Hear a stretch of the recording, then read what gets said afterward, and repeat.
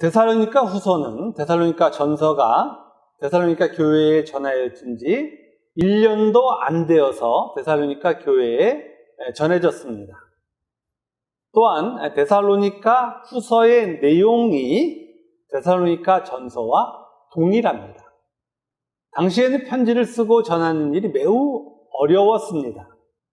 치안과 교통의 문제가 있었고 이런 어려움들이 매우 많았습니다. 그럼에도 불구하고 바울이 데살로니가 교회에 동일한 내용을 반복적으로 편지를 전한 것입니다. 그 이유는 무엇입니까? 바울은 신앙의 초보에 있었던 데살로니가 형제들이 자신들에게 닥친 고난에 대하여 바른 이해를 갖기 원했습니다. 고난의 주제는 신앙을 시작하시는 분들에게 매우 어려운 문제입니다. 그 이유는 힘듦이라는 특성을 가지고 있을 뿐만 아니라 구원의 영역 안과 구원의 영역 바깥에서 사용하는 의미가 다르기 때문입니다.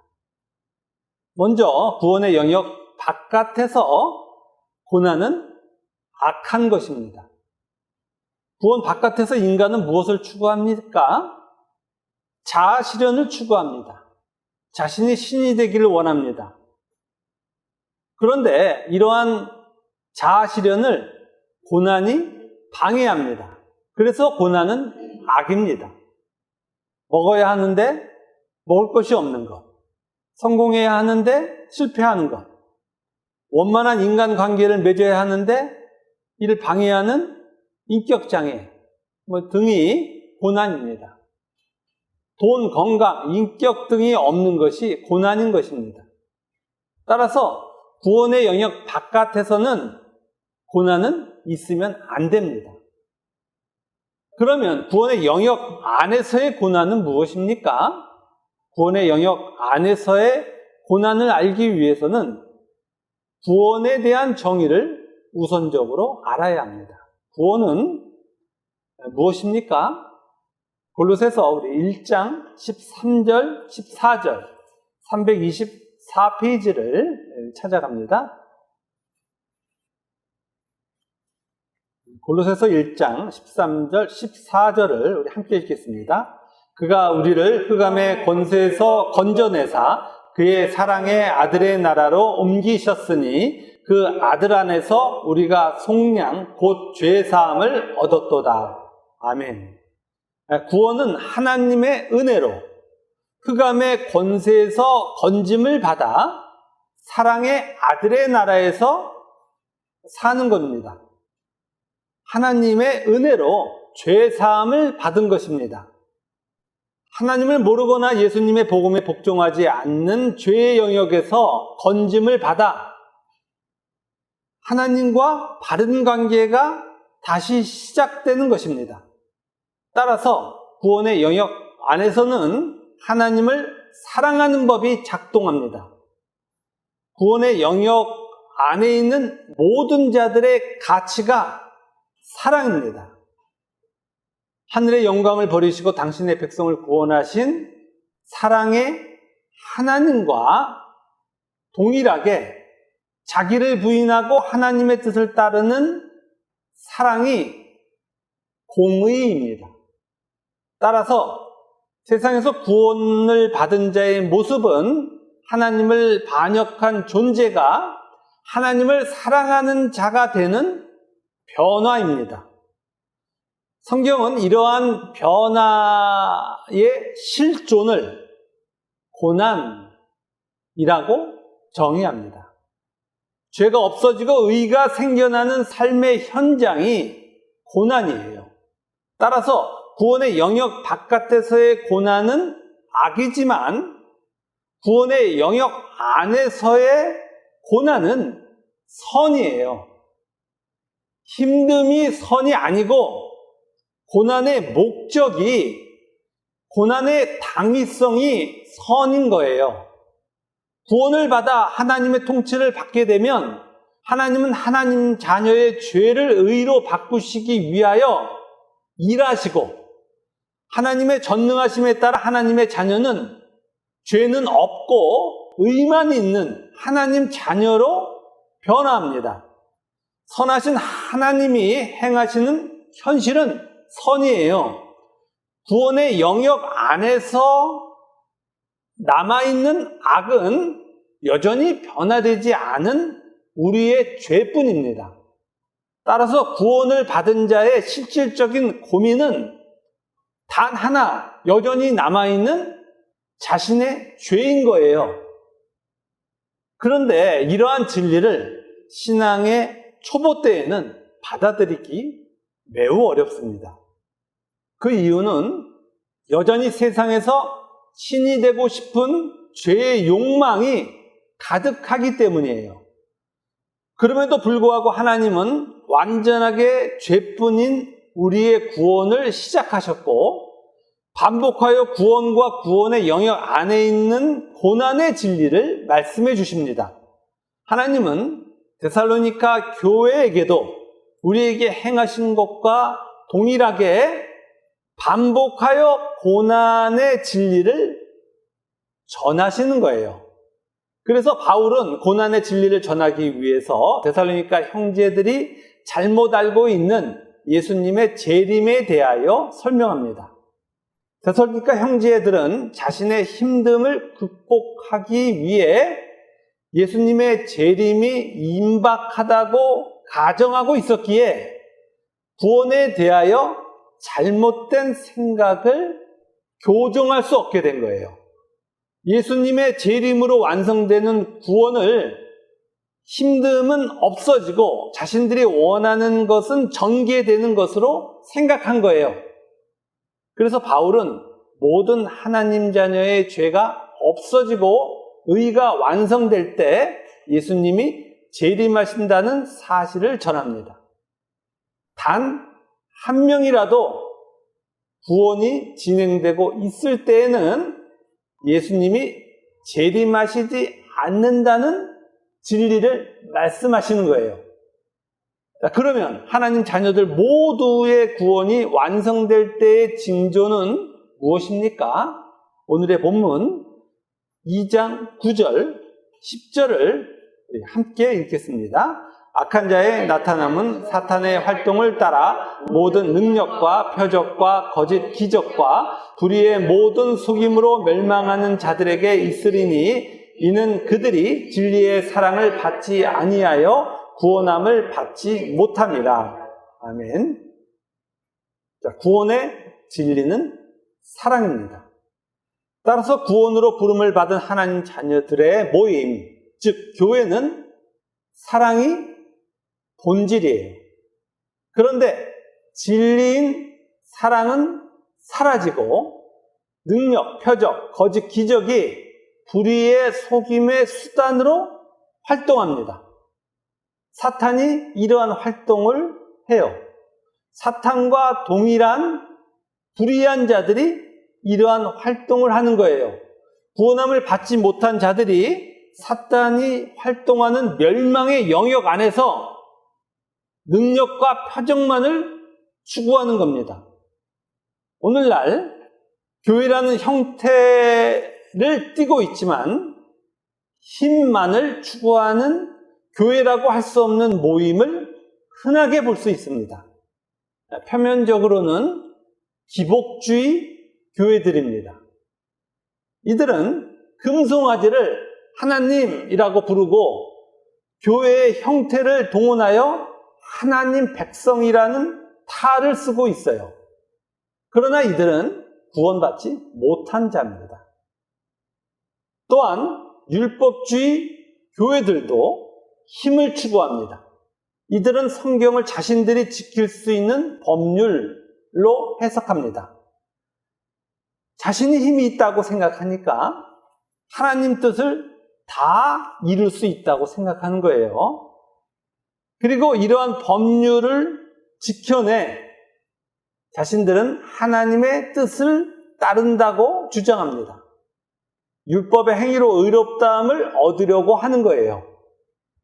겉으로는 하나님의 은혜와 하나님의 뜻을 쫓는다고 이야기하지만 이들도 자신들의 능력을 추구하는 자입니다. 즉 구원을 받지 못한 자들입니다. 구원은 무엇을 하는 것이 아니에요. 구원은 하나님이 행하신 것이 나타나는 상태예요. 믿음이라는 개념 안에는 믿음의 대상이신 하나님이 원인이 되어 하나님 자녀에게 존재하는 의의 상태라는 뜻을 담고 있어요. 하나님이 주신 의를 소유하고 있기에 의를 즐거워하고 그럼에도 불구하고 여전히 남아있는 죄에 대하여 애통하는 거예요.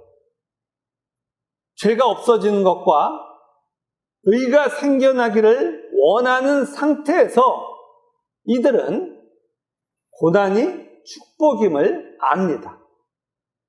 고난의 힘듦을 인내하며 죄가 없어지고 의가 생겨나기를 소망하며 사는 거예요. 이러한 실존을 가진 구원을 받은 자들은 지체의 죄를 용납하고 의로 인도하는 모습을 보입니다. 고난을 공유하는 거예요. 이러한 고난에 대한 개념은 구원을 받은 사람들에게만 있습니다. 하나님이 구원의 여정으로 인도하시면서 반복해서 진리를 말씀해 주시기에 하나님 자녀들만이 고난에 대하여 바르게 알게 되는 거예요. 반면에 교회에 속해 있으면서도 구원을 받지 못한 사람들은 고난을 악이라고 여전히 여기는 거예요. 이들에게 고난에 대한 개념이 바뀌지 않는다면 이들은 계속해서 하나님을 자신의 힘듦을 없애는 금송아지라고 여길 거예요. 그러면 이들은 결국 구원을 받지 못한 자들이 되어 하나님의 심판을 받게 됩니다.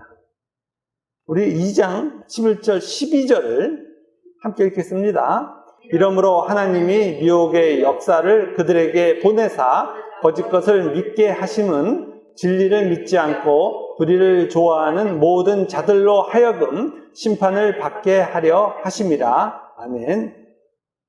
여기서 하나님이 미혹의 역사를 그들에게 보내사 거짓 것을 믿게 하신다는 것은 진리를 구하는 자를 하나님이 미혹해 하신다는 의미가 아니에요. 하나님이 구원의 은혜를 무한히 베푸셨음에도 하나님께 돌아오지 않는 자들에게 구원의 은혜를 그치시겠다고 말씀하시는 거예요. 무한히 가도 안 바뀐다는 거예요. 그럼에도 불구하고 하나님이 온 세상의 주권자이시기에 하나님의 문법으로 말씀하실 때 하나님이 미혹의 역사를 그들에게 보내사 거짓 것을 믿게 하신다로 성경은 표현합니다. 성경에 하나님이 말씀하신다고 했을 때 하나님이 주권자 되신다는 진리와 이 하나님의 문법에 대한 이해를 꼭 하고 성경을 읽으셔야 된다는 것을 놓치시면 안 됩니다. 하나님이 이러한 때가 되면 더 이상 구원을 베푸시지 않을 것이라고 말씀합니다. 그러면 진리를 믿지 않고 불의를 좋아하는 모든 심판을 받게 되는 거예요. 반면에 구원의 여정을 걸어가고 있는 하나님 자녀는 예수님의 재림에 대하여 생각하지 않아도 됩니다. 그 이유는 예수님의 재림 때에 땅에 남아있는 하나님 자녀는 극히 소수일 것이고 이들도 모두 구원이 완성된 상태이기 때문입니다. 이들은 구원이 완성되는 그 순간에 예수님의 재림을 맞게 되는 거예요. 바울은 이러한 진리를 전하기 위해서 구원의 내용을 13절에서 다시 전합니다. 우리 12장 13절을 함께 읽겠습니다. 주께서 사랑하시는 형제들아, 우리가 항상 너희에 관하여 마땅히 하나님께 감사할 것은 하나님이 처음부터 너희를 택하사 성령에 거룩하게 하심과 진리를 믿음으로 구원을 받게 하심이니. 아멘. 13절에는 구원의 진리가 압축되어 있어요. 먼저 하나님 자녀를 하나님이 택하셨다고 말씀합니다. 예정론이 등장합니다. 타락한 인간은 예정론을 자신의 죄를 정당화하기 위한 수단으로 사용합니다. 반면에 구원을 받은 하나님 자녀에게 하나님의 택하심은 하나님의 전적인 은혜에 대한 고백이에요. 자신에게 구원을 받아야 하는 원인이 하나도 없다는 것을 구원의 영역 안에 들어가면 알게 되는 거예요.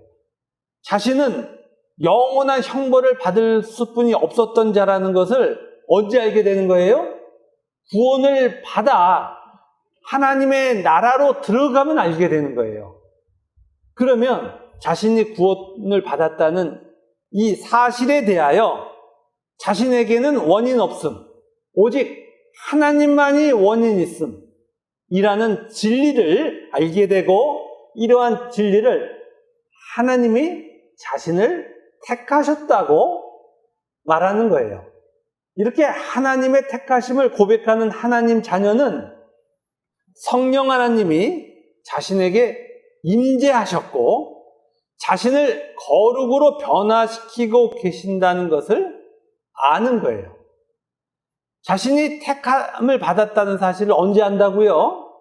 성령 하나님이 자기에게 임재하여 자신의 인생을 바꾸는 것을 보면서 아는 거예요.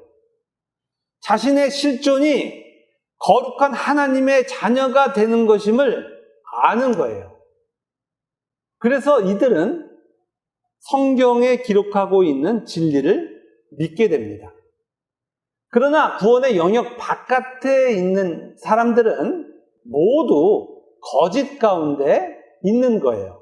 하나님의 피조물이 하나님을 배제하고 스스로 주인이야 라고 여기는 것으로부터 출발했기에 모든 것이 거짓일 수뿐이 없는 거예요. 시작이 틀려버린 거예요. 자신의 존재 인식이 거짓인 거예요.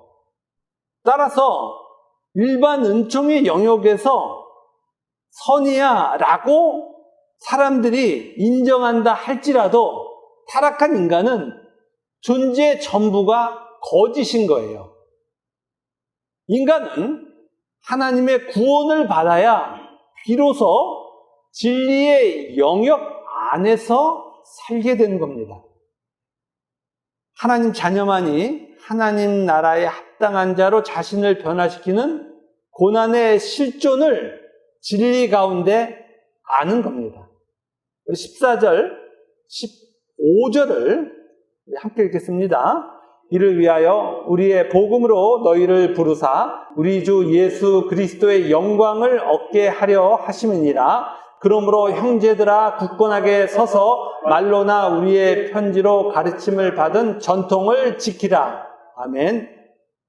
바울은 13절에서 강조한 구원을 위하여 자신이 데살로니가에 가서 복음을 전하였으며 자신이 전한 복음은 예수 그리스도의 영광을 얻는 것임을 거듭 밝힙니다.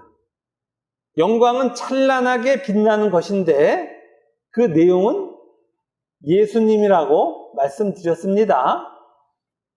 영광이라고 하는 내용은 구약에서는 중요함, 무거움 이런 뜻이에요. 근데 중요함, 무거움의 이 크기가 피조 세계를 넘어가는 거예요. 하나님을 영광이라고 부르는 거예요. 근데 그 영광이 하나님의 은혜로 이 죄뿐이 없는 인간들에게 나타나는 거예요. 그것을 빛, 찬란함이라고 부르는 거예요. 바로 그 영광이 누가 되는 거라고요? 우리가 되는 거라고요. 피지오 세계의 전부와 우리 한 사람과 하나님이 바꾸신다고 그러세요? 안 바꾸신다고 그러세요? 안 바꾸신다고 그러잖아요.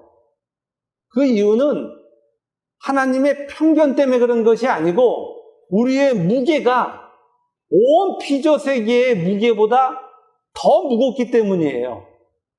우리가 더 소중하기 때문에 그래요. 피조세계는 전부 다를 합쳐도 거짓이에요. 마이너스 무한대. 우리는 의이기 때문에 우리는 플러스 무한대예요. 마이너스 무한대의 가치와 플러스 무한대의 가치는 어느 게 무거워요? 플러스 무한대의 가치가 무겁잖아요. 그걸 영광이라고 부르는 거예요. 바로 그 영광이 바로 너야 라고 바울은 우리들에게 알려주고 있는 겁니다. 복음으로 전하는 구원은 타락하여 영원한 형벌을 받아야 할 자가 하나님 자녀인 영광 예수가 되는 것을 말합니다. 이러한 진리를 강조하는 것은 하나님 자녀로 변하게 하는 실존이 고난의 의미임을 전하기 위함입니다. 바울은 15절에서도 자신이 말로 전하였고 또한 편지로 전한 전통을 지키라고 권하고 있습니다. 여기서 전통이라고 번역된 헬라어 파라도데이스는 어떤 사람에게 넘겨진 것이라는 의미예요. 바울에게서 데살로니가 형제들에게 넘겨진 것을 말해요. 그래서 이 성경에 나오는 유대인의 전통, 유정과는 내용이 달라요. 여기서의 전통은 복음을 의미하는 거예요. 그 복음에서 바울은 구원을 이루시는 하나님의 통치가 고난이야 라고 가르친 거예요. 따라서 전통을 지킨다는 것은 하나님이 이루시는 구원의 실존을 인내하는 거예요. 바울은 고난을 인내할 것을 전하면서 16절, 17절과 같이 하나님의 은혜를 구합니다. 16절, 17절을 함께 읽겠습니다. 우리 주 예수 그리스도와 우리를 사랑하시고 영원한 위로와 좋은 소망을 은혜로 주신 하나님 우리 아버지께서 너희 마음을 위로하시고 모든 선한 일과 말에 굳건하게 하시기를 원하노라. 아멘. 16절과 같이 주 예수 그리스도와 하나님 아버지는 하나님 자녀를 사랑하시기에 영원한 위로와 좋은 소망을 은혜로 주십니다. 이러한 위로와 소망을 17절에서 구현해서 설명하는 거예요. 즉 영원한 위로는 하나님 자녀의 마음에 주는 것이고 좋은 소망은 모든 선한 말과 말에 굳건하게 되는 것을 말합니다. 하나님이 고난 가운데 있는 하나님 자녀에게 주시는 위로는 고난의 힘듦을 제거해 주시는 것이 아닌 것을 밝히는 거예요. 우회적으로 하나님이 주시는 위로를 설명함으로써 우리가 알고 있는 오해, 하나님의 위로를 우리는 어떻게 생각한다고요? 우리의 힘듦을 없애주는 것이라고 생각한다고요. 하나님의 위로는 힘듦을 제거시켜주는 것이 아니라 영원한 위로래요. 영원한 위로는 고난 가운데 변하지 않는 위로로 고난이 영원한 하나님 나라를 향하게 함을 우리가 알아듣도록 설명하시는 거예요. 진리를 전해 듣고 그것이 우리에게 깨우쳐지면 우리는 고난 가운데 위로를 얻게 되는 거예요. 어떤 위로? 영원한 위로. 이 고난이 나는 힘듦을 없애주는 것을 원하고 있었지만 그것을 하나님께 기도했지만 하나님은 이 고난을 통하여 우리를 영원한 존재로 바꾸신다는 것을 알려주신다는 것을 깨닫게 되는 거예요. 그것을 영원한 위로, 하나님의 위로라고 설명하고 있으며 또한 하나님이 주시는 좋은 소망이란 하나님 자녀가 선한 일과 말에 굳건해지는 것을 말합니다.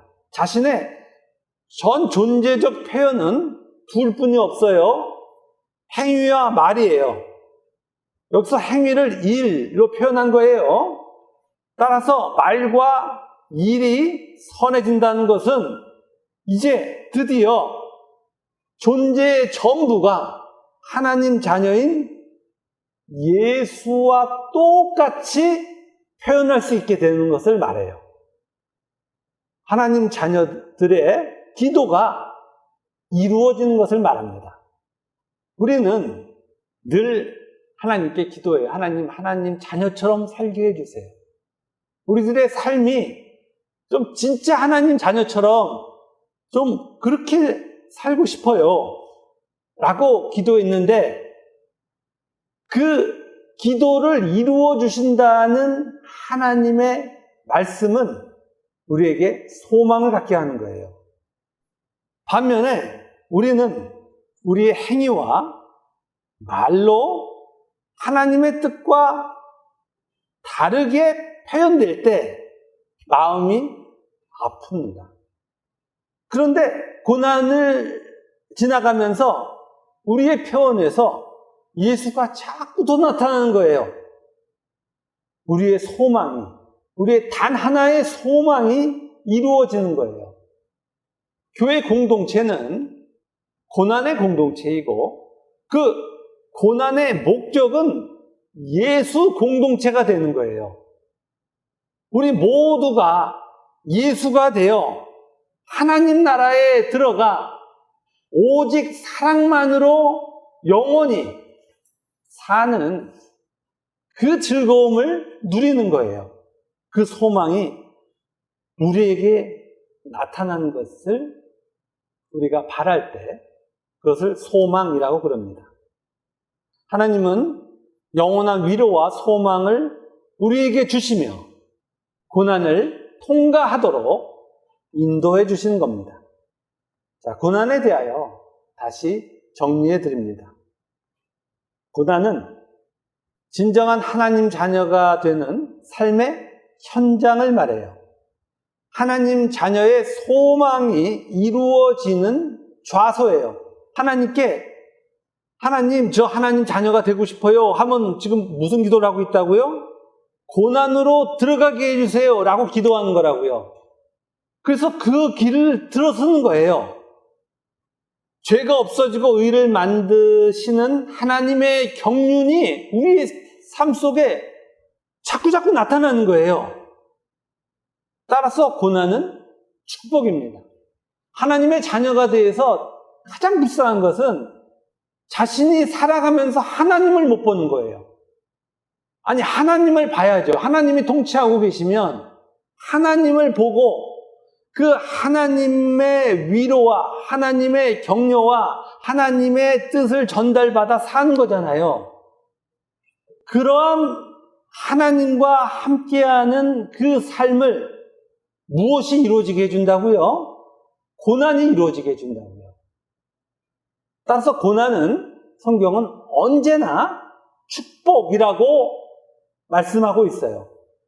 하나님 자녀가 되면 삶의 전부가 고난인 거예요. 하나님은 스스로는 불가능한 우리의 자기 부인을 고난을 통하여 이루십니다. 우리도 세상에서 성공해 잘난 체 하고 싶었던 이전의 시간이 있었습니다. 자신의 근사함을 내세워 하나님 자리에 앉고 싶었습니다. 그러나 우리가 이러한 성공을 했다면 우리는 멸망의 아들이 되었을 겁니다. 그래서 하나님은 우리를 실패케 하셨고 때로는 병이 들게도 하신 것입니다. 하나님은 하나님과 무관한 삶을 추구하는 우리를 막으셨고 우리의 자기 부인을 이루고 계십니다. 또한 고난을 통하여 우리 스스로는 맺을 수 없는 성령의 열매를 맺게 해주십니다. 하나님은 우리가 생각하지도 못했던 사랑과 공의의 하나님과 영원한 하나님 나라를 보여주셨고, 이제 하나님 자녀가 되어 하나님 나라에서 살고 싶은 소망을 갖게 해주셨습니다. 우리는 고난을 통하여 하나님 자녀로 조금씩 변화하고 있는 겁니다. 그래서 우리는 지금과 같은 형편에서도 하나님께 감사하며 하루를 사는 거예요. 고난을 허락하신 하나님의 마음은 그럼 어떤 것일까? 우리가 힘든 것을 보고 계신 하나님은 어떤 마음일까? 라는 것을 하나님 성경에 기록함으로써 나도 너희들이 힘든 것을 용납할 수 없어 라고 하는 것이 기본적인 하나님의 마음이라는 것을 밝히고 계십니다. 제가 그래서 고난에 대한 바른 이해를 위해서 이런 하나님의 마음을 한번 우리 함께 살펴보도록 하겠습니다. 이사야서 27장 7절부터 9절 997페이지를 함께 찾아갑니다. 이사야서 27장 7절 997페이지 27장 7절부터 9절을 함께 읽겠습니다. 주께서 그의 백성을 치셨던들 그의 백성을 친 자들을 치심과 같았겠으며 백성이 죽임을 당하였던들 백성을 죽인 자가 죽임을 당함과 같았겠느냐. 주께서 백성을 적당하게 견책하사 쫓아내실 때에 동풍 부는 날에 폭풍으로 그들을 옮기셨느니라. 야곱의 불의가 속함을 얻으며 그의 죄 없이함을 받을 결과는 이로 말미암나니 곧 그가 제단의 모든 돌을 부서진 횃돌 같게 하며 아세라와 태양상이 다시 서지 못하게 함에 있는 것이라. 아멘. 고난에 속해 있는 힘듦을 허락하신 하나님의 마음이 잘 표현되고 있습니다. 7절에서 하나님 백성을 치시거나 심지어 죽게 하시더라도 하나님 백성이 아닌 자들과 다르다고 말씀합니다. 8절에서 하나님이 하나님 백성을 견책하시고 쫓아내실 때에도 가장 강한 동풍이 부는 날에는 폭풍으로 다른 곳으로 옮기신다고 말씀합니다. 하나님은 고난 가운데 있는 우리들을 돌보고 계신 거예요. 그 이유는 하나님이 우리에게 주시는 고난은 힘들게 하는 것이 목적이 아니기 때문이라고 말씀하시는 거예요. 죄가 없어지고 의가 생겨나면서도 가장 힘들지 않은 길로 인도하시는 거예요. 우리는 아주 작은 힘듦에도 하나님 이거 뭐예요? 라고 하시는데 하나님은 우리에게 영원한 나라를 주시면서 그 기업을 주시면서 지불한 값으로는 그 영광과는 비교도 할 수 없는 값을 지불하게 하시는 거예요. 무한대의 가치를 받으면서 이론도 안 되는 돈을 지불하는 거예요. 그런데 우리는 그걸 이게 뭐야? 하나님 왜 그래? 라고 우리는 이야기하고 있는 거예요. 그러나 하나님은 우리가 묻는 이 질문, 하나님 왜 이 고난을 주세요? 라는 질문에 대하여 야곱의 불의가 속함을 얻으며 고난을 통해서만이 죄가 없어지기 때문이야. 죄덩어리뿐이 없는 너를 바꾸는데 그 고난은 너에게 너무나도 좋은 곳으로 끌고 가기 때문이야 라고 답해 주시는 거예요. 그래야 하나님 백성들이 다시는 아세라와 태양상을 세우지 않고 이들을 부서진 횃돌과 같이 부술 수 있게 된다고 말씀합니다. 그렇습니다. 공의가 사랑인 하나님 나라에서 우리가 살아야 하기 때문에 세상에서 우리는 고난을 지나가는 거예요. 세상이 전부인 하나님 자녀가 변화되는 길은 이 길뿐이 없는 거예요. 그래서 세상뿐이 모르는 구원 바깥에 있는 자들은 고난을 도대체 알 수 없어요. 그래서 우리의 삶도 모르는 거예요. 이들은 자신들의 그 어리석은 관점으로 우리의 삶을 보면서 조롱할 때도 있습니다. 그 어리석음 속에서 우리를 보면서 야, 하나님이 있으면 잘 살아야 되는 거잖아 라고 비웃기도 합니다. 이런 어리석은 질문을 우리도 신앙의 초보 때 하는 거예요. 우리도 죄뿐이 없었기 때문입니다. 그러나 이제 우리는 압니다. 우리는 무엇을 알고 있어요? 우리의 삶이 정답이라는 것을 알고 있는 거예요. 우리가 진리고 이 삶만이 인간이 살아야 할 단 하나의 가치인 거예요. 우리보다 조금 못한 게 있는 게 아니라 우리만이 정답인 거예요. 정답의 가치를 가지고 살아가는 그 축복. 그 축복이 우리에게 주어진 것입니다. 오늘의 말씀으로 구원과 고난의 관계를 잘 이해하시고 고난의 현실 속에서 구원의 완성을 바라보는 우리 모두가 되기를 주님의 이름으로 축원합니다. 아멘.